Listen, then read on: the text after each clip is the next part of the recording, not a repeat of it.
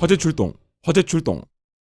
의원관 내 차량 화재 출동, 위치는 고천동 503 마을 지하 주차장입니다. 각 출동되면 안전운행. 전기 차량 화재, 각 출동대는 현시간으로 출동하지 않은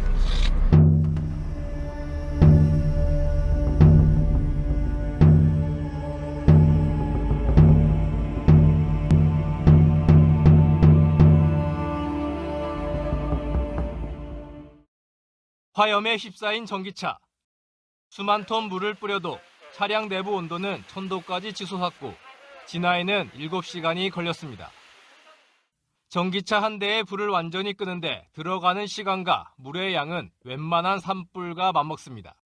배터리 열 폭주 때문.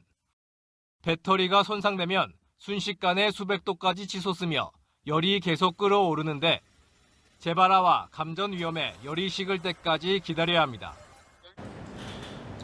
안녕하세요. 의왕소방서 현장대응단에 근무하고 있는 소방사 김현승입니다. 앞서 보신 뉴스처럼 나날이 늘어가고 있는 전기차 화재. 만약 전기차 화재가 지하주차장에서 발생한다면 어떻게 대응해야 할지 저와 함께 알아볼까요?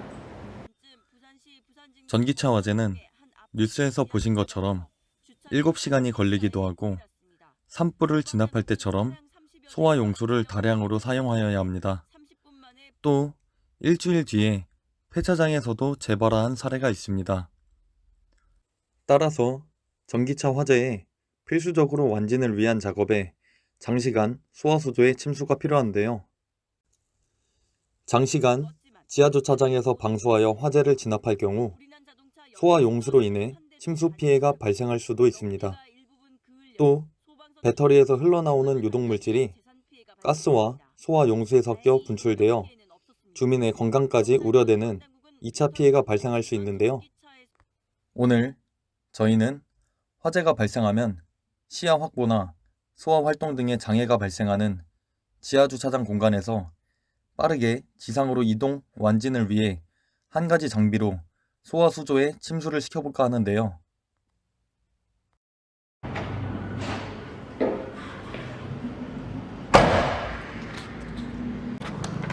어떤 방법으로 전기차를 지상으로 옮길지 함께 보시죠. 저희가 오늘 전기차를 지상으로 이동시키기 위하여 사용한 장비는 바로 지게차입니다. 지게차를 사용하기 전에 대원들은 어떤 준비를 해야 되는지 저와 함께 출동하시죠.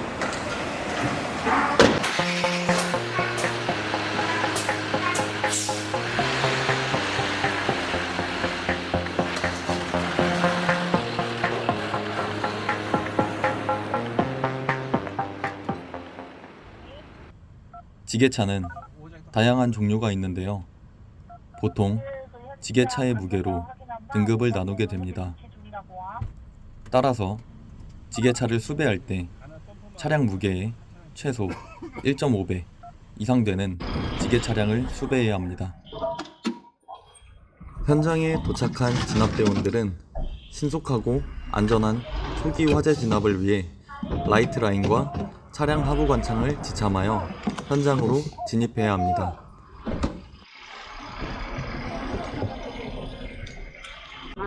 라이트라인 정지하고 노란선 수준화 라이트 라인은 안전하고 진입로와 가까운 곳에 확보점을 마련하여 진입하여야 하고, 전기 차량 화재 진압을 위해 특수 제작된 하부 관창을 반드시 지참하여 현장에 진입할 수 있도록 합니다.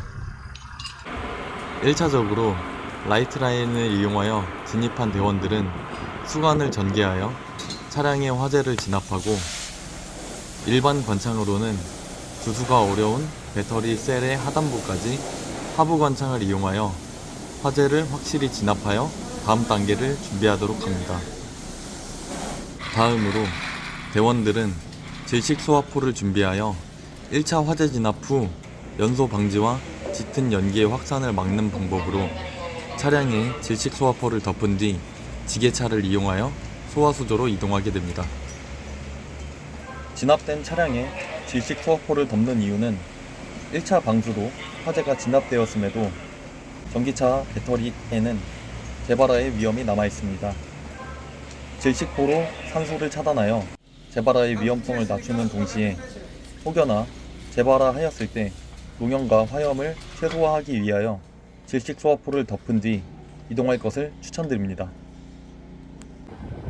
선착대가 지하에서 화재 진압을 하고 있을 때 후착대는 지상에서 소화수조를 조립해야 합니다.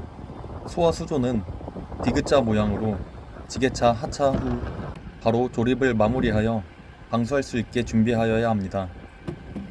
소화수조를 보유하고 있는 소방서는 경기도 내에 김포, 수원, 양평, 의정부, 화성 소방서가 있습니다. 또한 후착대에 조연 차량이 있다면 원활한 지게차 작업을 위해 배연 작업도 동시에 진행해 주셔야 됩니다. 좁은 지하주차장 공간에서 지게차 작업과 대원들의 안전을 위해 지상에서 특수차를 이용하여 배연을 진행하여 주시면 됩니다. 이제 지게차를 활용하는 장면을 보실 텐데요. 훈련 상황처럼 화재가 발생한 차량 주변이 협소한 경우에도 지게차를 이용하여 차량을 이동시킬 수 있으니 만약 실제 상황에서도 당황하지 않고 이동시켜 주시면 됩니다. 차량을 이동하기 전에 지게차 운영 유의사항이 있는데요. 정면에서 포크를 넣어 이동하게 되면 전기 차량의 무게중심이 배터리로 인해 차량 하단부에 위치하게 됩니다.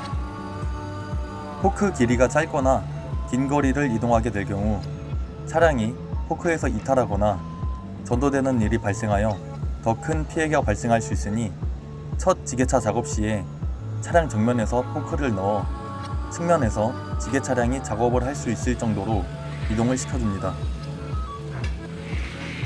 두 번째로는 측면에서 포크로 최대한 공간을 마련하여 줍니다. 세 번째, 마련된 공간이 충분하여 차량 무게중심 중앙부에 지게차에 포크가 들어갈 수 있는 공간이 나오면 포크를 중심부로 넣어 차량을 이동시켜 주시면 됩니다. 지게차 이동 작업을 할 때 노면이 짙지 않거나 화재의 규모가 작을 경우 민간 업체의 지게차 운전자가 보안경과 안면 마스크를 착용하여 이동 작업을 진행해도 됩니다. 다만 화재의 규모가 크거나 노면이 짙을 때에는 안전을 위해 소방대원 중 자격증 소지자가 면체를 착용하고 이동 작업을 진행해야 하는 상황이 생길 수도 있습니다. 이때 앞에서 언급한 차량의 무게 중심이 어디인지 파악하여 차량의 전도나 포크에서 이탈하지 않게 유의하여 운영하여 주시면 됩니다. 추가적으로 소방대원 중 미리 자격자를 파악하여 유사시 지게차를 운영할 수 있게 파악해 주는 것도 좋은 방법으로 보입니다. 소화수조는 미리 후착대원들이 디귿 모양으로 조립을 해놓고 지게 차량이 전기차를 내려놓기만 하면 되는데요. 이때 보통 세단의 경우 가로 5개, 세로 3개로 소화수조 패널을 조립하시면 적당한 크기로 조립이 됩니다.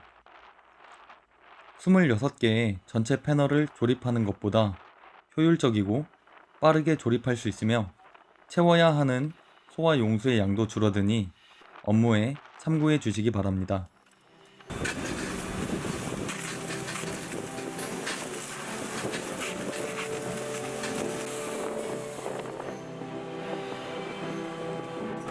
만약 지하 주차장에 충분한 공간이 준비되어 있다면 현재 영상에서처럼 지하 주차장에서 지게차를 이용하여 바로 소화수조에 전기 차량을 침수하셔도 됩니다.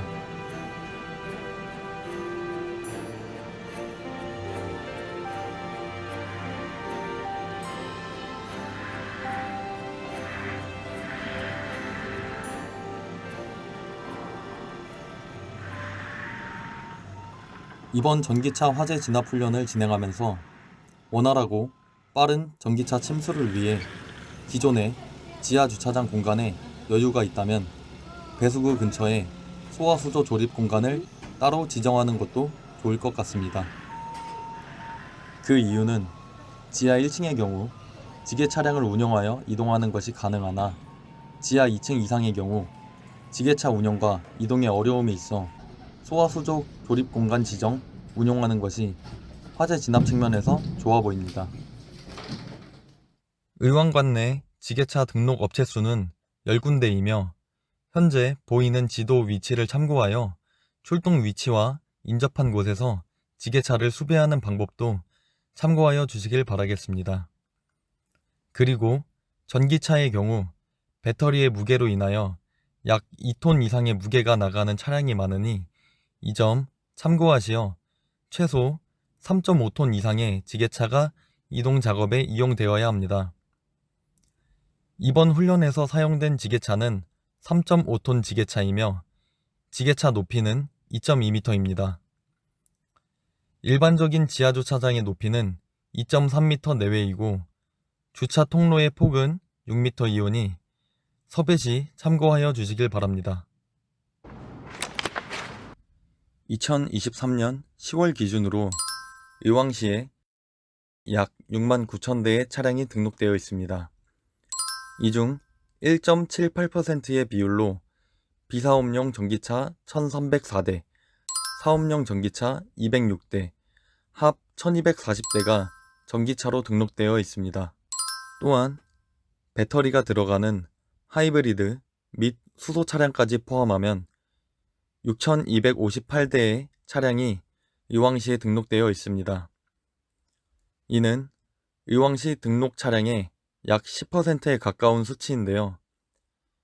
우리 관내 등록 차량 10대 중에 한 대가 잠재적으로 배터리 열폭주에 노출되어 있으니 의왕소방서 대원분들께서는 혹여나 지하주차장 전기차량 화재가 발생한다면 출동 중 오늘의 영상을 떠올려 주세요.